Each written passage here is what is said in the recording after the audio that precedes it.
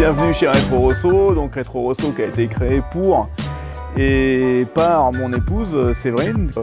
Alors Retro Rosso, donc c'est né d'abord par la vente de pièces détachées au départ. Moi c'est Fred, c'est moi que vous avez lorsque vous appelez.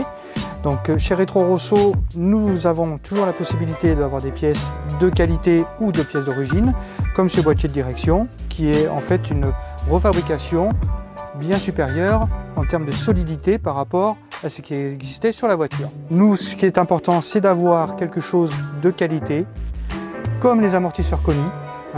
C'est vraiment l'amortisseur qui est le plus apte pour les Alfa Romeo de série 105 et en plus qui a une gamme qui couvre pratiquement toutes les Alfa Romeo.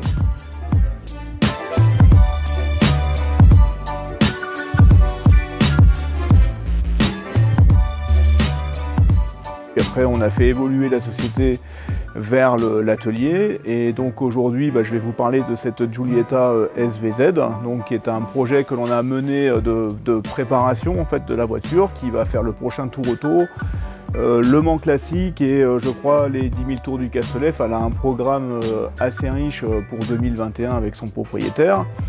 Donc là on a fait une préparation moteur de cette voiture, donc on a fait une révision de la boîte de vitesse et une optimisation du châssis où on a fait le choix de Koni donc pour le comportement routier et donc l'efficacité de la voiture.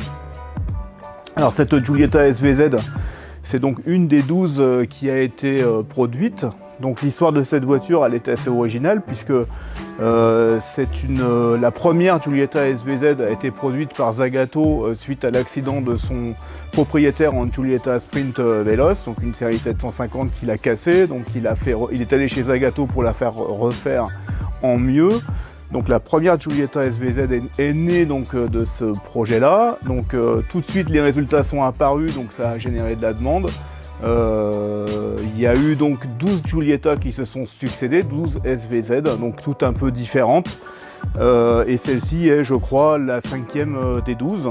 En 1959 de mémoire, donc le Alfa Romeo, donc sur la base des résultats de cette voiture, donc a décidé de produire sa propre Giulietta Zagato, qui s'appelle donc la SZ, qui a été produite à 200 exemplaires.